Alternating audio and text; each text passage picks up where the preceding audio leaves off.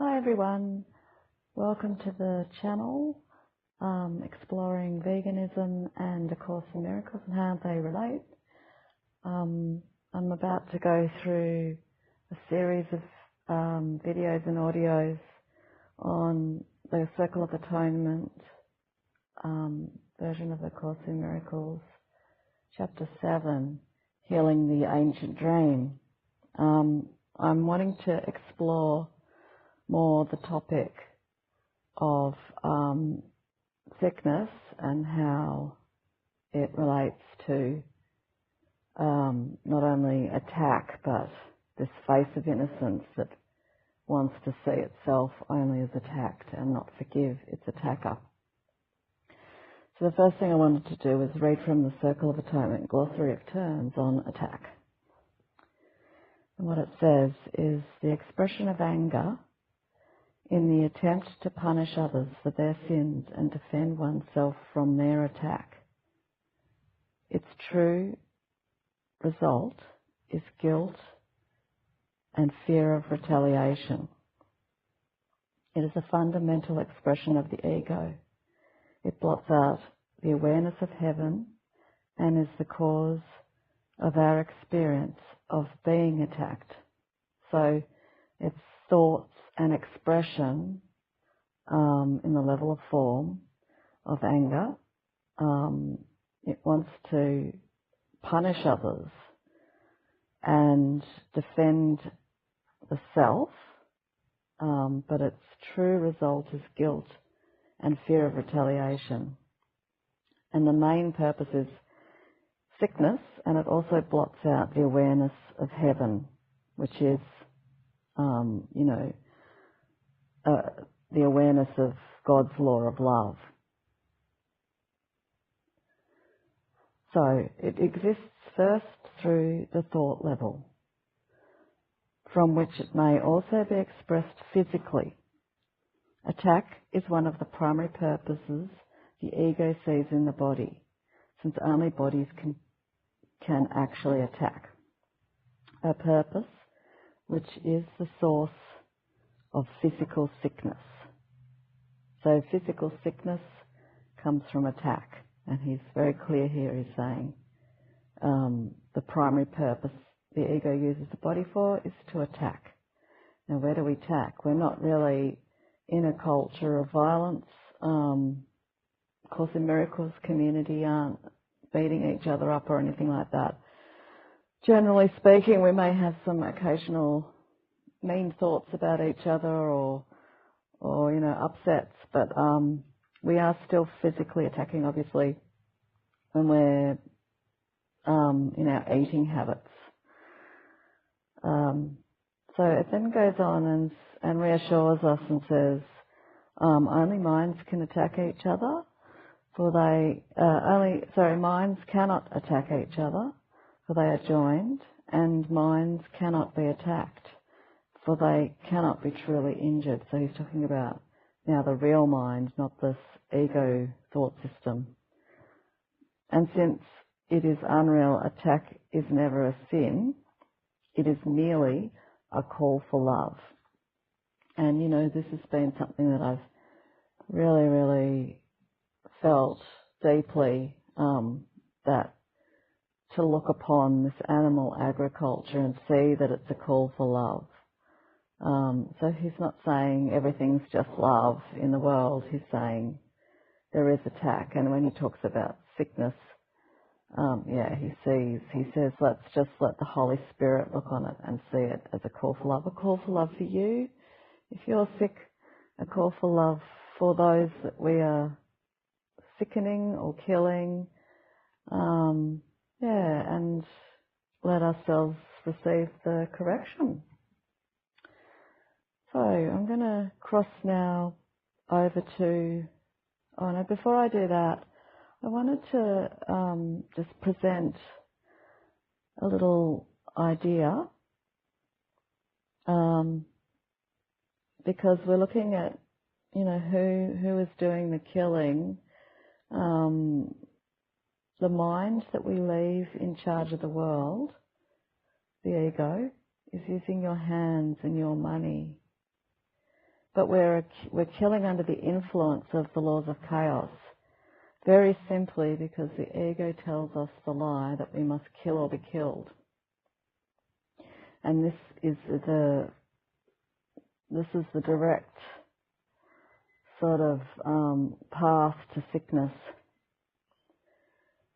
There's nothing I want that is hidden in my brother's body. I will not tear open my brother's body to seek it. And they talk about that in the ritual of the death of God, or I think it's called Specialness and Guilt in the 5th edition. How we think that someone's hidden something in their body, and we want to tear it open. For this is what the goddess sickness and flesh put between myself and the loving God. I will find no virility in a rhino's horn or a lion's penis. I will find no pleasure in a piece of cow's flesh, nor will I find anything life-giving or energizing in using a corpse at all. If I believe what Jesus says here in the Course in Miracles, that nothing is hidden in my brother's body, then I must ask myself, what am I doing this to them for? And that's the question. What am I doing this to them for? And chapter 27 really answers that question quite well.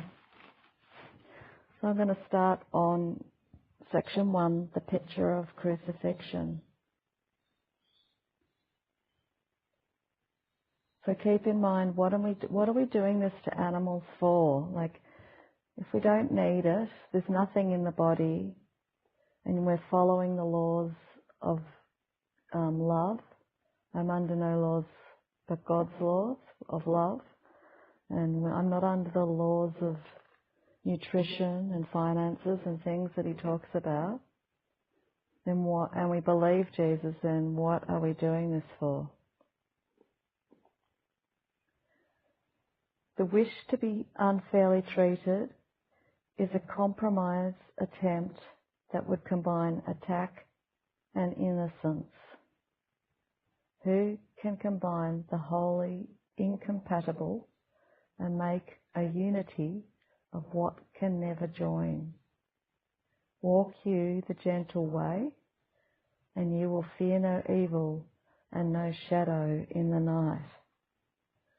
So here he's saying that we want to have the face of innocence, I'm innocent, and still attack underneath. And then he goes on to say, walk you the gentle way, and you will fear no evil and no shadow in the night. Now, in the chapter entitled Gentleness, he says gentleness is harmlessness and strength. So he doesn't say it's a gentle voice or a smiling face. It's actually being harmless, so not harming. Not using money to harm. Not using laws of nutrition to harm. Not using the laws of chaos to harm. And I'll go on. But place no terror symbols on the path, or you will weave a crown of thorns from which your brother and yourself cannot escape. You cannot crucify yourself alone, and if you are unfairly treated, he must suffer the unfairness that you see. You cannot sacrifice yourself alone, or sacrifice is total.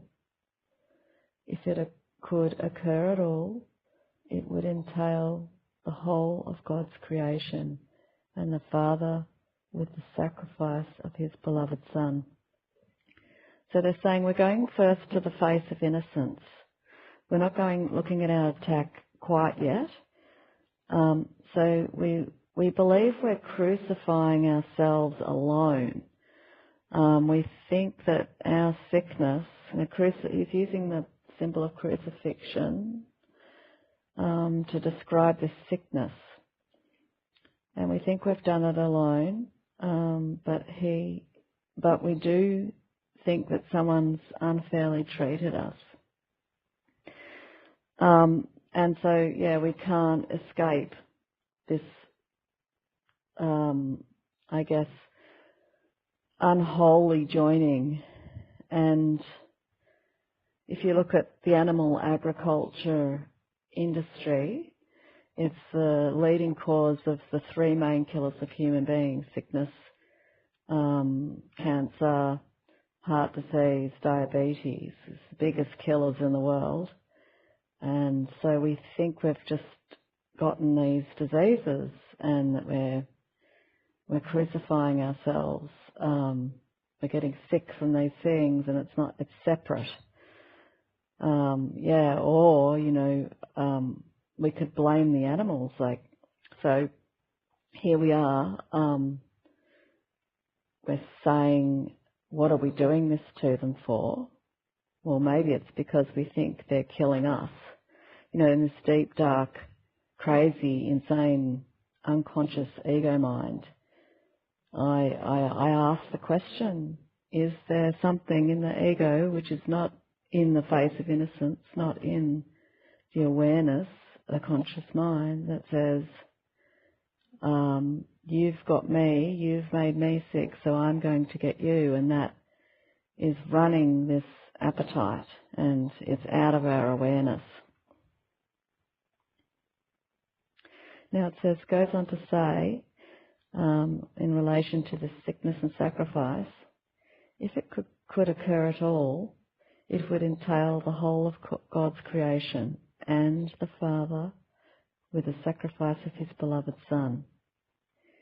In your release from sacrifice is his made manifest and shown to be his own.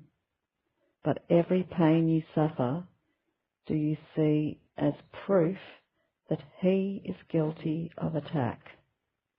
So when you are in pain and suffering and sick and physically sick, someone's guilty, someone out there.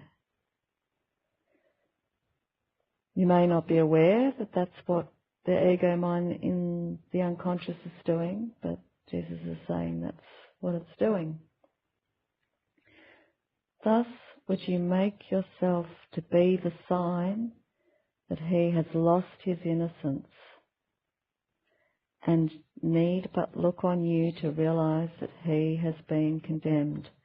So you're saying he is guilty, he's lost his innocence, and I'm the living proof that he has been condemned and guilty.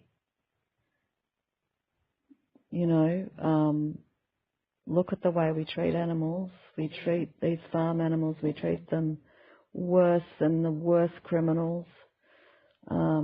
Circuses, horse racing, zoos, we put them in cages and we treat them like, even though they're innocent, we say they're innocent, we treat them like they're guilty, we treat them like criminals. Why? And we say it's for fun and pleasure and entertainment. And he's saying there's this whole world that's happening in the ego mind, and it isn't you. You are the light. But it's in our culture. It's in the culture of the human being under the laws of chaos, and it's a really clear picture looking at this aspect of the mind, this aspect that uses animals. And what to you has been unfair will come to him in righteousness. The unjust vengeance that you suffer now belongs to him. So you're unjustly sick, according to the ego, but it's all under this ego's plan, and it's going to take vengeance. It's going to take vengeance and make others suffer. the way that the suffering belongs to them. And when it rests on them, on him, you are set free. That's what the ego's saying. Obviously, that's not true. Sometimes Jesus sometimes Jesus talks from what the ego thoughts are saying, and it sounds almost sarcastic. So he sort of gives the voice of the Holy Spirit, and then he spells out what the voice of the ego is saying. So the ego is saying, the unjust vengeance that I suffer belongs to him, and when it rests on him, when I've finally given it to him, then I am set free. And then he goes on to say, wish not to make yourself the living symbol of his guilt, for you will not escape the death you make for him. So he's guilty of making me sick. I'm going to create his death. I'm going to build farms and slaughterhouses and slaughterhouse workers and refrigerators in supermarkets full of cut-up body parts. And he's not going to escape his death. And in his innocence you find your own. So he's saying, when you make him innocent, you will find your own. And he also says, you'll not escape the death you make for him. So when you kill, this bounces back and you won't escape. He's being very clear here. The ego says the complete opposite. Whenever you consent to suffer pain, to be deprived, unfairly treated, or in need of anything, he says, in italics, you must accuse your brother of attack on God's Son. So, this need to get something and this sort of wailing out of pain. I mean, it's a really harsh teaching, especially when you're sick. You don't want to look at these things because, you really sick. To me, when I'm sick or when others are sick, it is just like the Holy Spirit sees it as this call for love. And you deserve love. I just want to reiterate that, your sickness and your suffering, you need love, the love and gentleness of the Holy Spirit. And so do all these animals that are suffering and in pain and being unfairly treated, feeling unfairly treated in cages and kicked by people, and all these things that happen to them. They deserve love and you deserve love. And the only reason why he's saying these harsh things is he's not talking about you. He's talking about this system, this thought system that's been programmed. It seems to be in society, but it's come back the eons. He wants us to look at what the ego's doing, and he sounds harsh because it sounds like an attack, that he's attacking you and saying you're guilty of doing all these things. But he's actually just saying, no, don't worry, you're not doing it. It's not real. But while you are doing this, you will have these symptoms or results.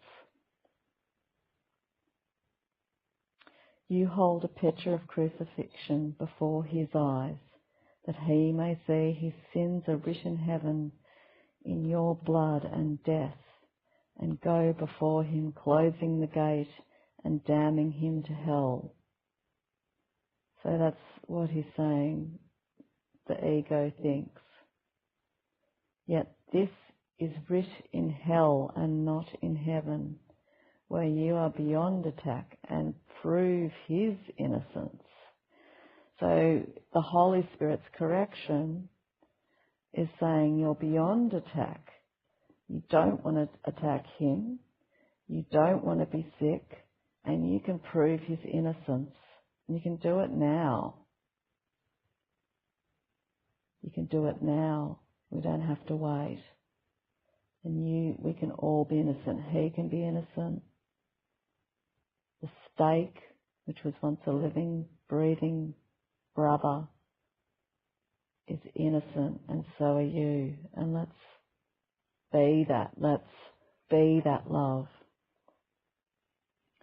The picture of yourself you offer him, you show yourself. And give it all your faith. So if you're eating animals, you're killing them, and you're suffering sickness from it, you've put all your faith in that. And if you offer him this picture of yourself being beautiful and loving and kind and stroking him and cuddling him and leaving him alone and not breeding them into existence, then you're giving that your faith. It's really beautiful to watch some of these YouTube clips where, you see these farms that they've set up, like rescue farms, where the animals are not used for their products. They're just given lots and lots of love. They're often rescued from falling off trucks or,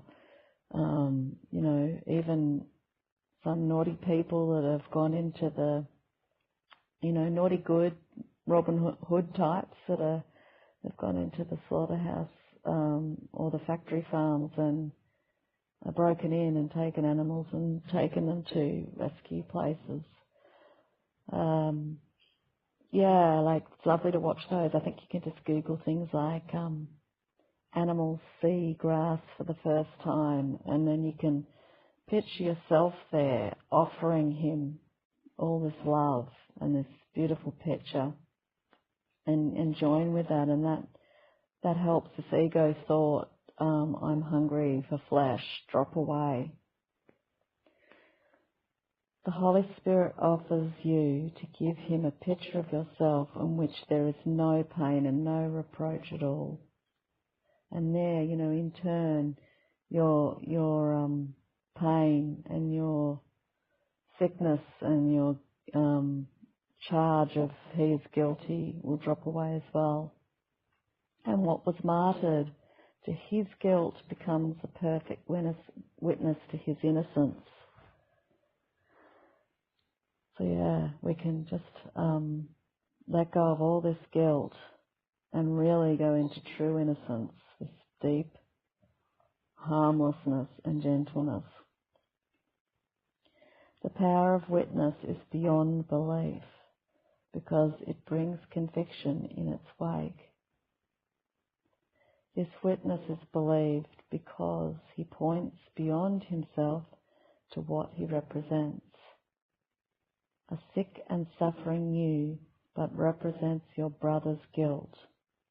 The witness which you send, lest he forget the injuries he gave, from which you swear he will never escape.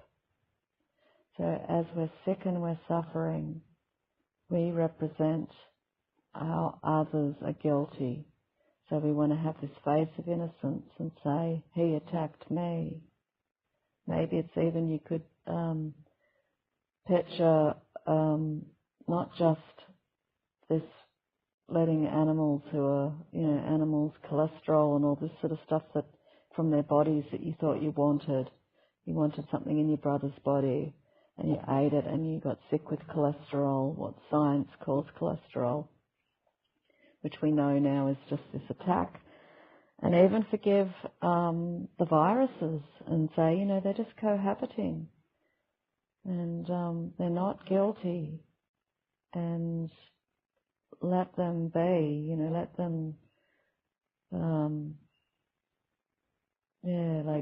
even just love them, and maybe the virus, I'm just coming up with some funny things, but I thought the other day, sometimes, we have things like viruses that live in our system, and we can just see them as helpful, that they're just letting us know that you're having a couple of attack thoughts somewhere, or you've overdone it, and you can just, let them sort of be the friend, the knock on the door from God saying, hey, you're just a little bit off here. Now, he's just talking about physical sickness as well, and I just wanted to also say, if someone's very physically sick, it doesn't mean that they're more egoic than someone who isn't, because everyone has a form of sickness in their mind. Some people's will manifest as physical sickness. Others, it could manifest as addictions or mental illness. And I think if you look at any person walking around in this world, the majority of us are suffering some kind of sickness. I just wanted to say that because it's easy not, for the ego not to accept atonement for themselves and see others as sick or judge, or even see itself as so guilty, And this is just, I feel that what Jesus is saying here is just a call, a call to love. A sick and suffering you but represents your brother's guilt, the witness which you send, lest he forgets the entries he gave. From you swear he will never escape. The sick and sorry picture you accept is only to serve to punish him. The sick and sorry picture you accept, if only it can serve to punish him. So this is like this continuing wheel of the ego, this wheel of torture and pain and sickness and death, and we're born and then we live in guilt and we get sick and we die, and it goes on, and it's this punishment and guilt. The sick are merciless to everyone, and in contagion do they seek to kill. So he's not talking about you, he's talking about this ego thought system that's sick, and how it seems to if it's contagious, it's merciless, and it spreads. Look at these epidemic plagues of sickness in the old days, Black Death and all these things. And now it seems to be making us really sick. In modern times, it's not these epidemic diseases.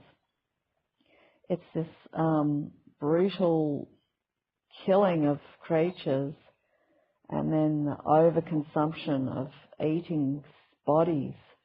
And there's sickness of bodies getting filled with growth hormones. So when we eat things like drink or eat things like dairy products, this is just worldly stuff, science stuff. It's now been considered true by science, by World Health Organizations, that the growth hormone in milk, which is designed to grow a tiny little baby cow into a huge bovine in a matter of months, it's way too much protein, it's way too much growth hormone, and when it gets into the human body, what does it grow?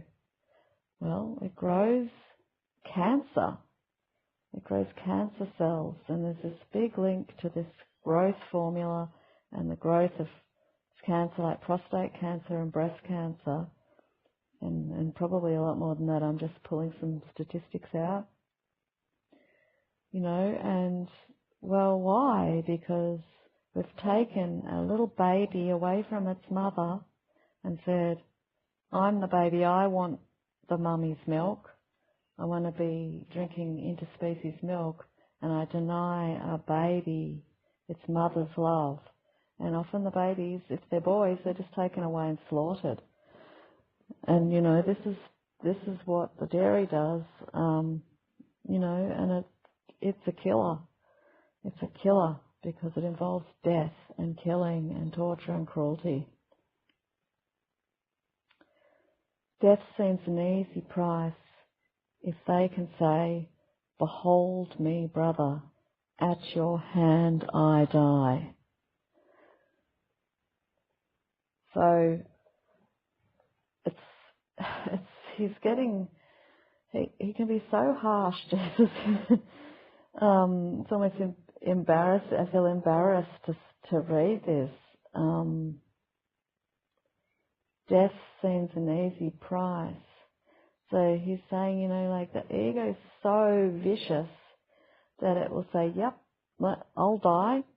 That's easy. That's nothing if I get to make someone guilty. Behold me, brother, at your hand I die. So we run easily towards death to prove that my brother killed me, denying that we killed them first. We will say, before we realize what we're doing, we know that animals are dying and we feel mildly guilty about it, but then we deny it. And we even use Course in Miracles things and say, oh, it's just about bodies, we're making the death real, we're just, we're just love and all this sort of stuff. And it's like, of course we're just love, but you're not really, how can we say it's all love, and do what we do, because it actually, your actions, he says, look at what you're doing in the world, and that's an out picture of your inward condition. And what I found with knowing many Course in Miracles people, we've got a good little vegan community in our Course in Miracles world down here in Australia, and they sort of see that this picture changes. This experience of love cannot be harmful. Like seeing it, you see it, you let it go. You start to do,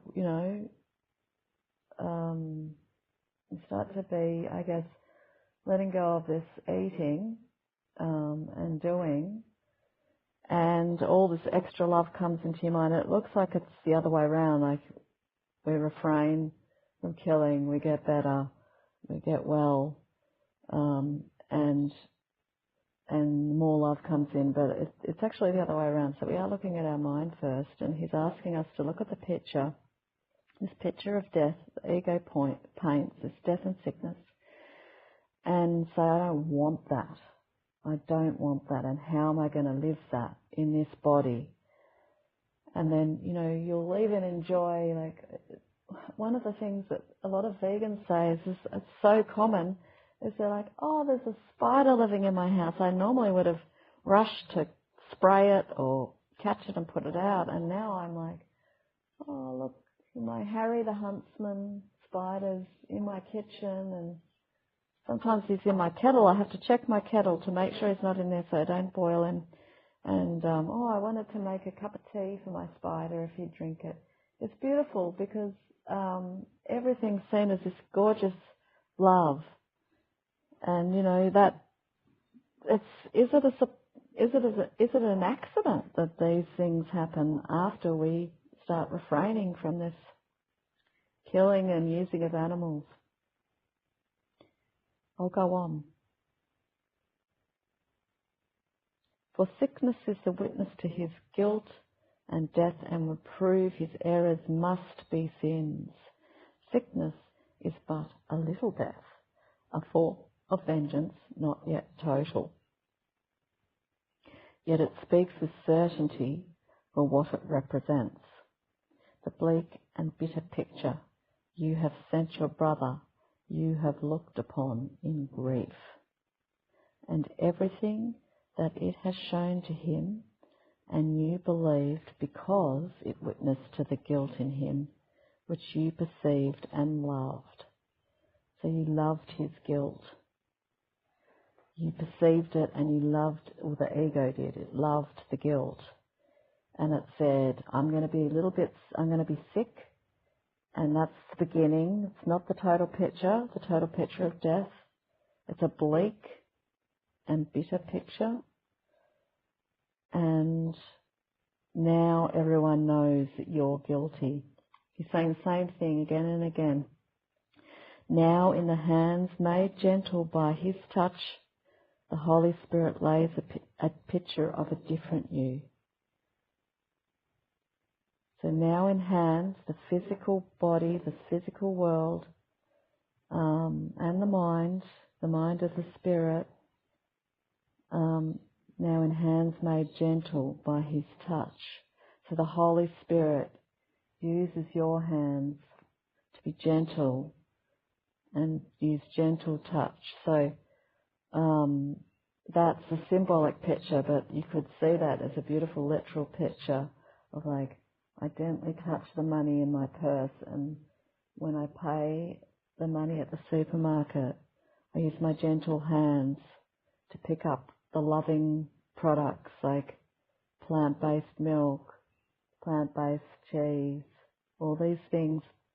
And I gently play with the money, letting the gentle touch of the Holy Spirit, the harmless touch, use it.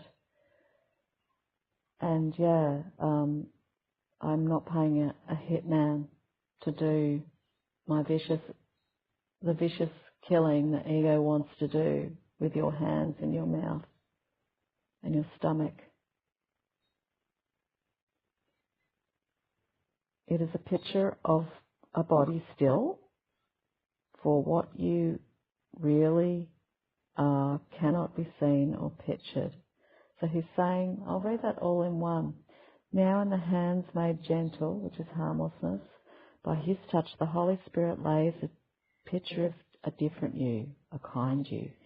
This is the picture of a body still. So he's saying, he's not saying in heaven, he's saying, this is the picture of the body. This is the picture of the body doing things in the world. For what you really are cannot be seen or pictured. But this one has not been used for the purpose of attack, and therefore never suffered pain at all. So this picture of your body, so he's saying it's a body, it's a picture of a body, and this picture of the body is one that's not been used for the purpose of attack. It hasn't paid a hitman at the supermarket. It's forgiven the slaughterhouse workers. It's forgiven the animals. It's decided to love animals. And it doesn't suffer pain at all. And therefore never suffered pain at all. All the past is gone. It witnessed to the eternal truth that you cannot be hurt, and points beyond itself to both your innocence and his. And so, we finally reach this truth that you cannot be hurt. Only through this picture of this present innocence, this embodied gentleness, we reach this picture that we cannot be hurt. Because while we're hurting, we're putting a picture before the eternal truth that we cannot be hurt. And when we take that picture away of this body attacking other bodies, we receive the eternal truth that you're innocent and he's innocent. Show this unto your brother, who will see that every scar is healed and every tear is wiped away in laughter and in love. So show this picture to the animals. And he won't be in cages covered in scars. I mean, I don't know if anyone's ever seen pictures of pigs in slaughterhouse trucks. They're often covered in scratches and scars. And when we show this picture that we love them, the tears are wiped away and there is laughter and love. We can have this beautiful world, this healed world, a true happy dream. And he will look upon his forgiveness there, and with healed eyes will look beyond it to innocence that he beholds in you.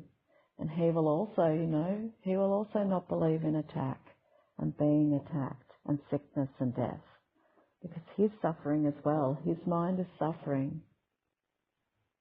His mind is suffering at his own hand and at your hand. We're doing this dance with each other.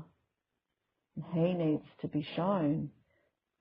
Like if you continue to dance with him in this picture of death, you're guilty, I'm guilty, and he's saying I'm guilty and you're guilty. And one of us has to stop the dance. One of us has to stop eating the meat and show the other that it is love, and it's up to us to do it.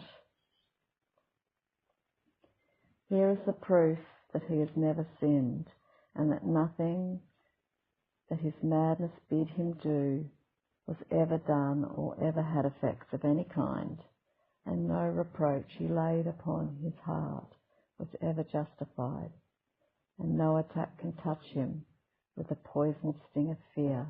Attest his innocence and not his guilt.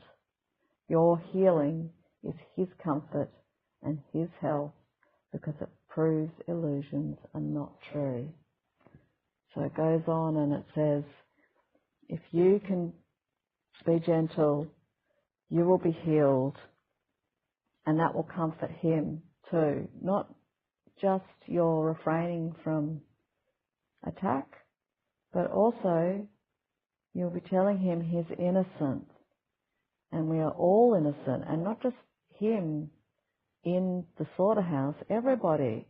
You're attesting to love, you're attesting to the laws of God, and love and gentleness, and your health will be the proof that no one's guilty. It is not will for life, but wish for death. But the motivation for this is I'm going to start again. It is not will for life, but wish for death that is the motivation for this world. Its only purpose is to prove guilt real.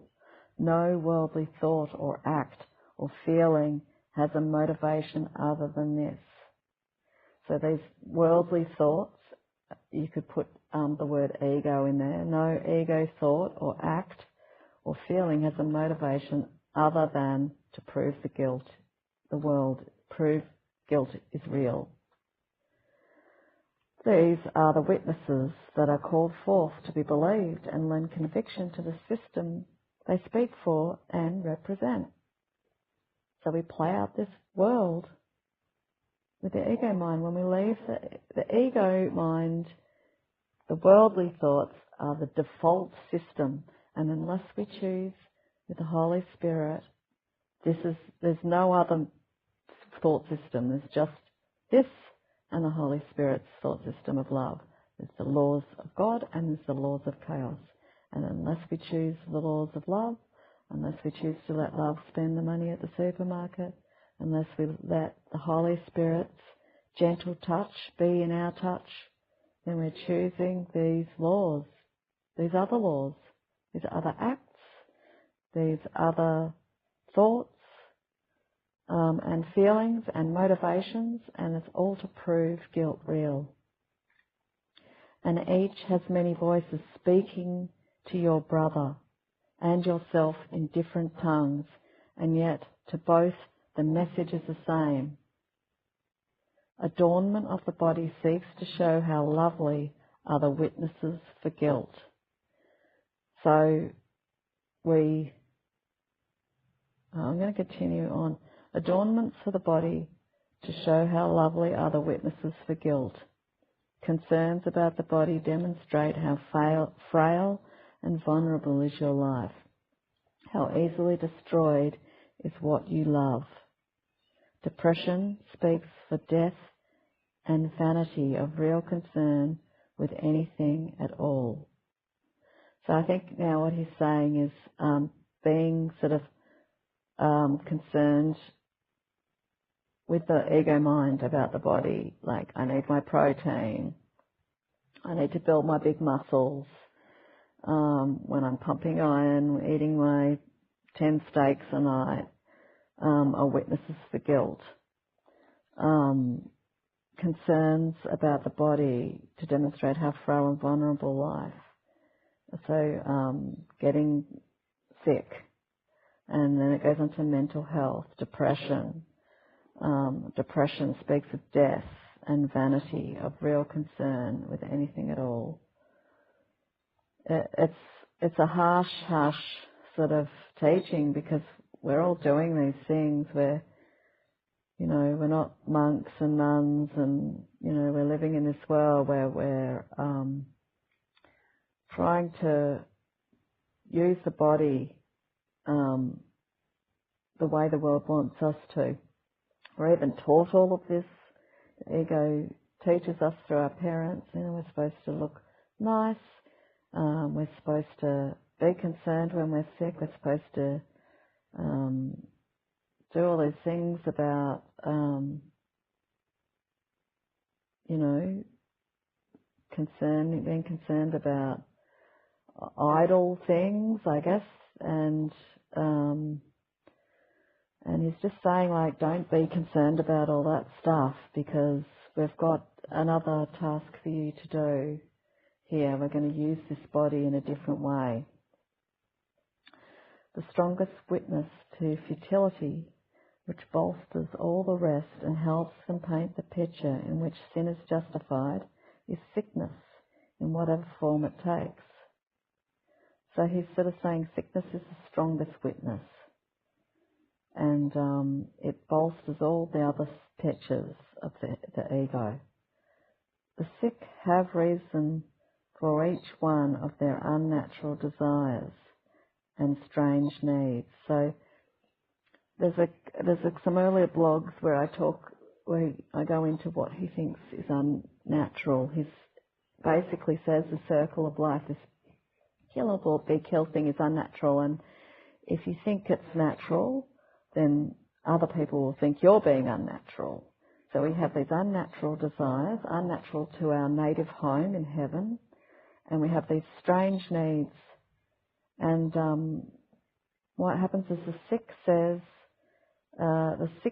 when you're sick, you'll say, I really have need for these things. I really have need to comfort myself with eating a hamburger, because I feel awful. I need to be eating these, you know, dead creatures. You know, and on that level, there's many other things that sick do. Maybe it's to do with iron and protein. And I mean, I'm just focusing this chapter on this one particular area. Something you can look at in all sorts of ways. You know, like he does talk about the laws of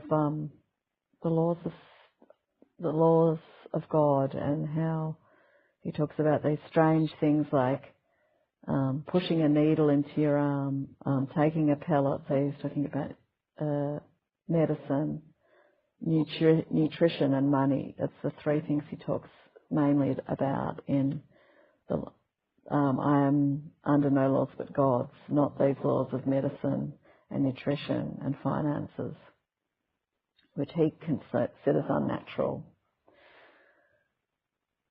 For who could live a life so soon cut short and not esteem the worth of passing joys?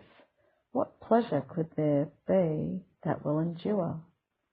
Are not the frail entitled to believe that every stolen scrap of pleasure is their righteous payment for their little lives? So he's sort of like saying what I just said, you know, I need to steal a scrap of pleasure stolen scrap of pleasure. I mean, stealing an animal's life, stealing a body part, having some pleasure.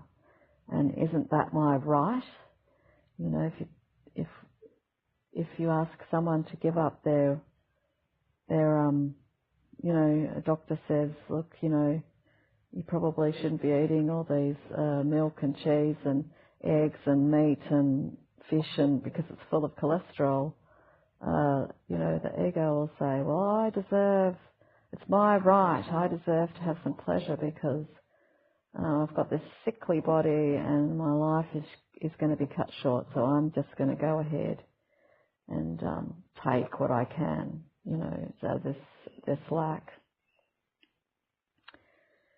this you know, this lack of,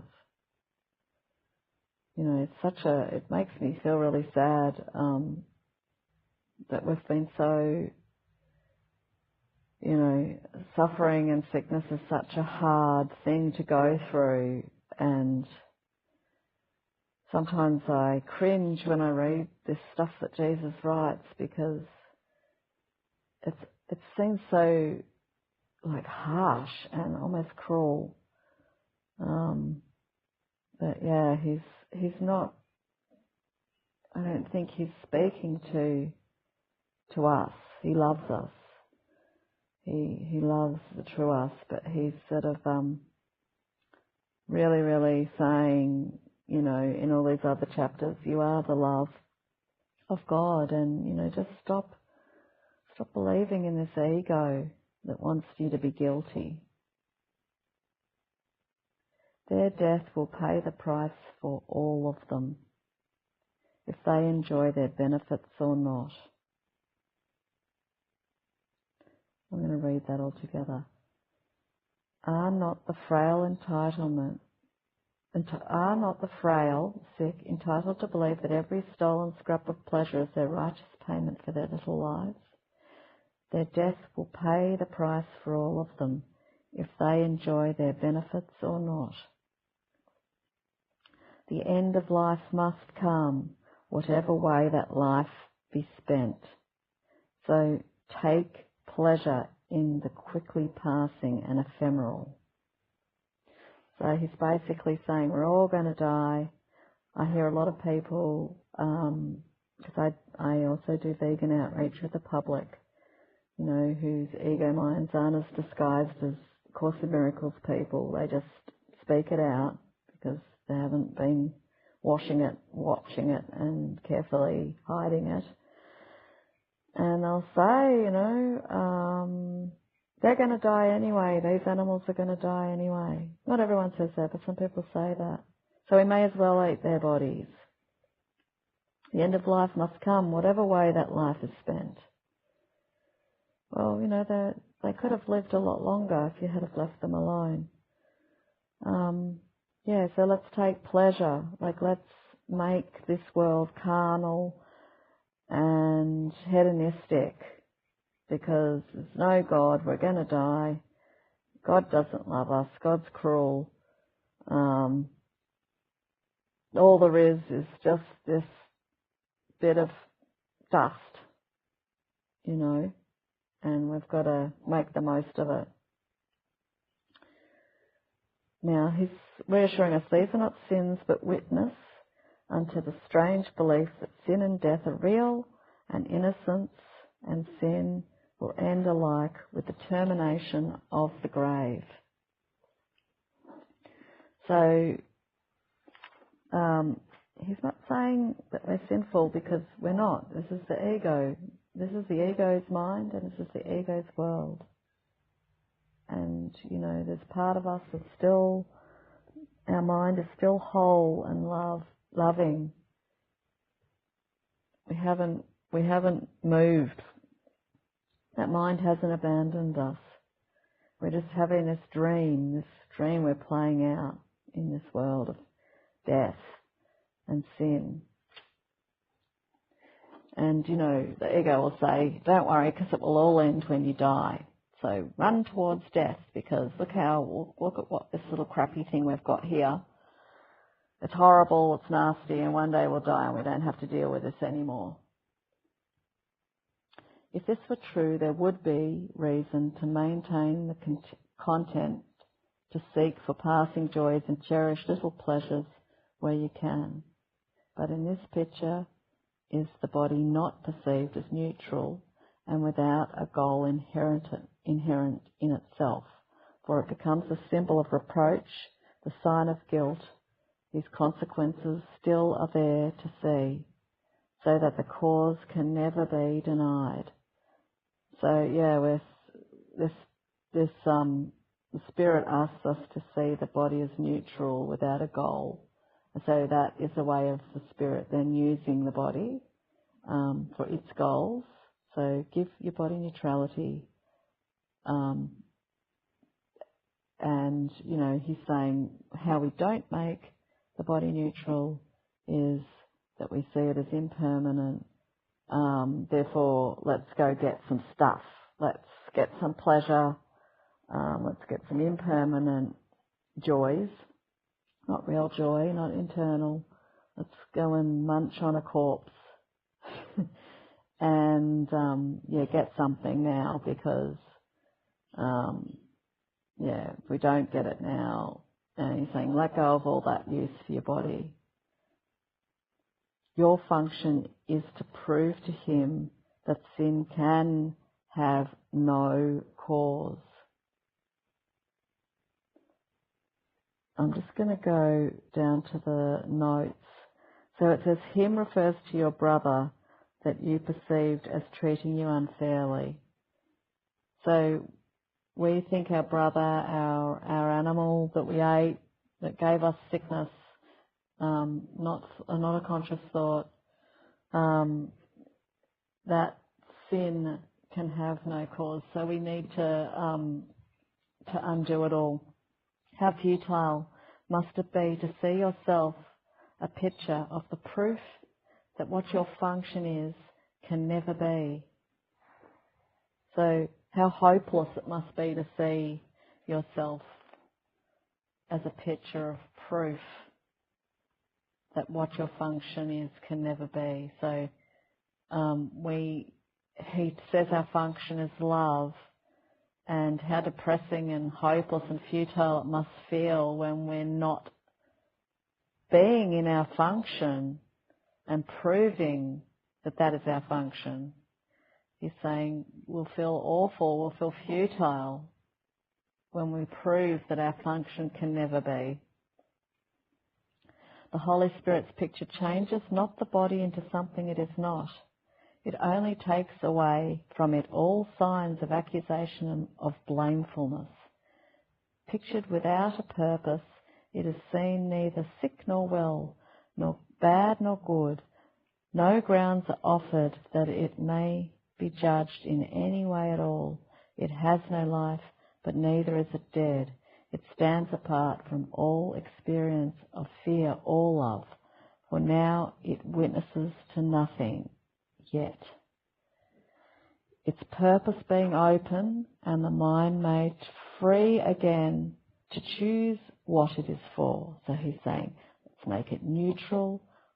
The first step is to see it as, we don't go from sickness to picturing a well body. We just say the body's nothing at all. It is not sick or well. It's not good or bad. There's nothing to be judged about it. It has no life, but it's not dead either. Neutral, neutral, neutral. Not sick or well, not bad or good. Nothing for it to be judged about. You know, this is step one to wellness. Don't focus on the opposite of what it is.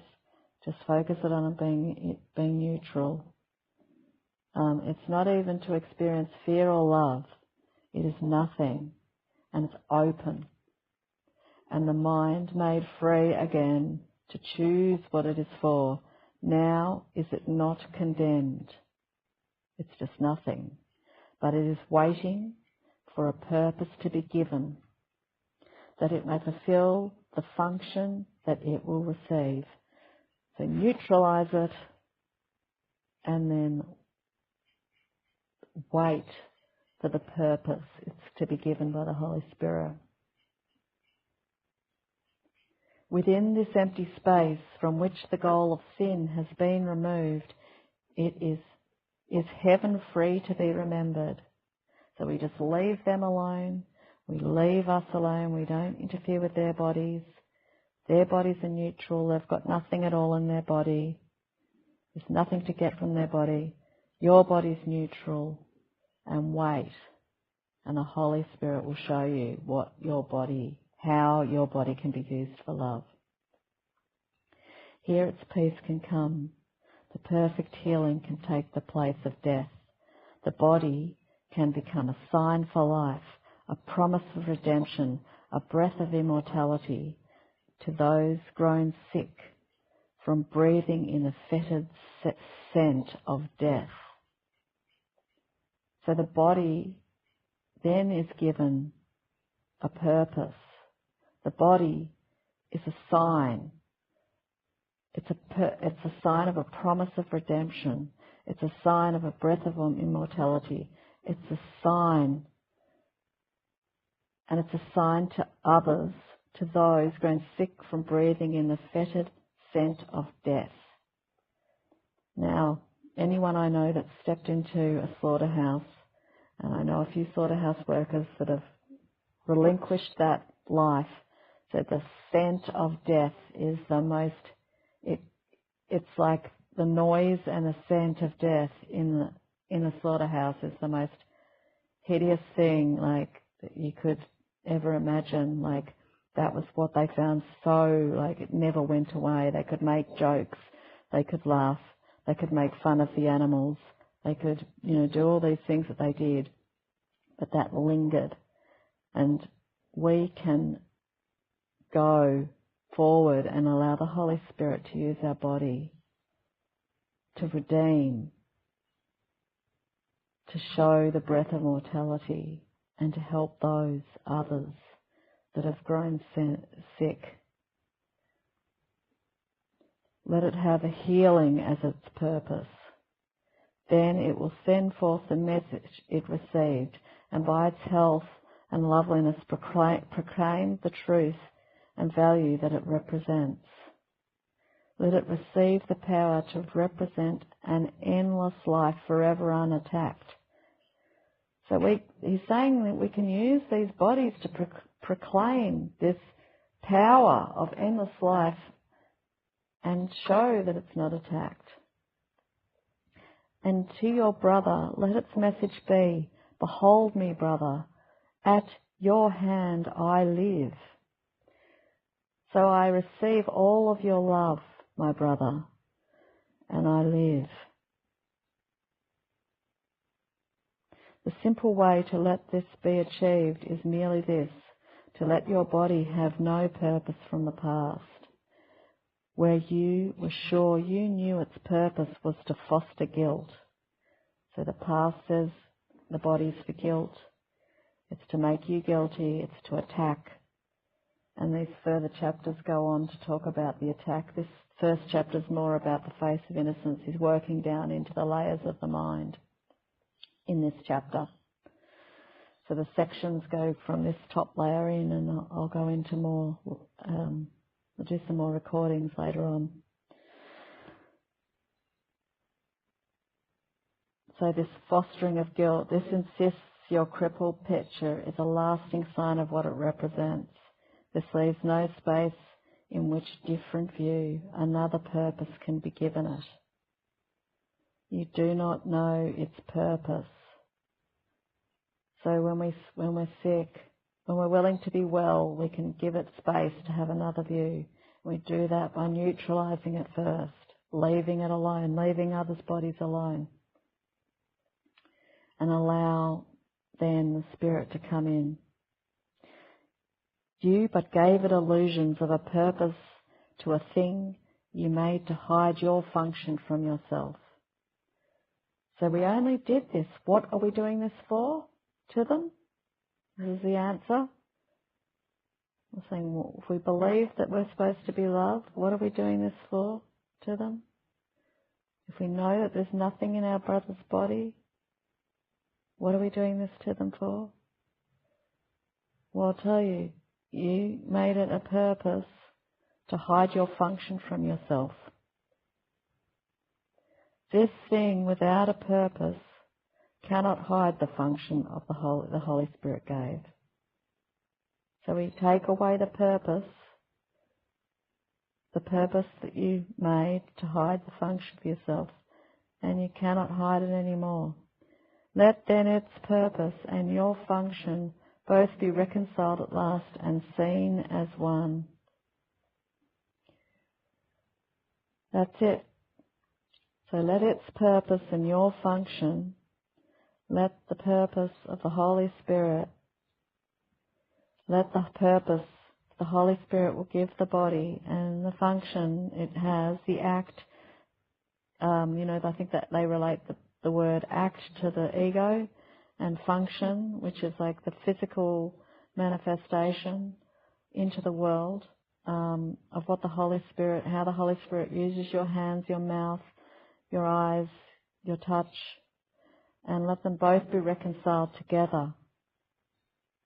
So let's not just talk about love and think about love. Let its purpose and your function, your function in the world be reconciled at last and seen as one.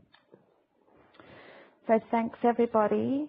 I'll probably do a couple more recordings.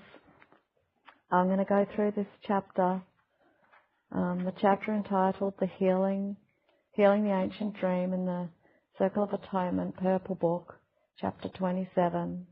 That was our first section called The Picture of the Crucifixion. What was it called? The Crucifixion. Picture of the Crucifixion. Okay, lovelies. I love you all. I love you. I bless you. I honour you. And have a beautiful day.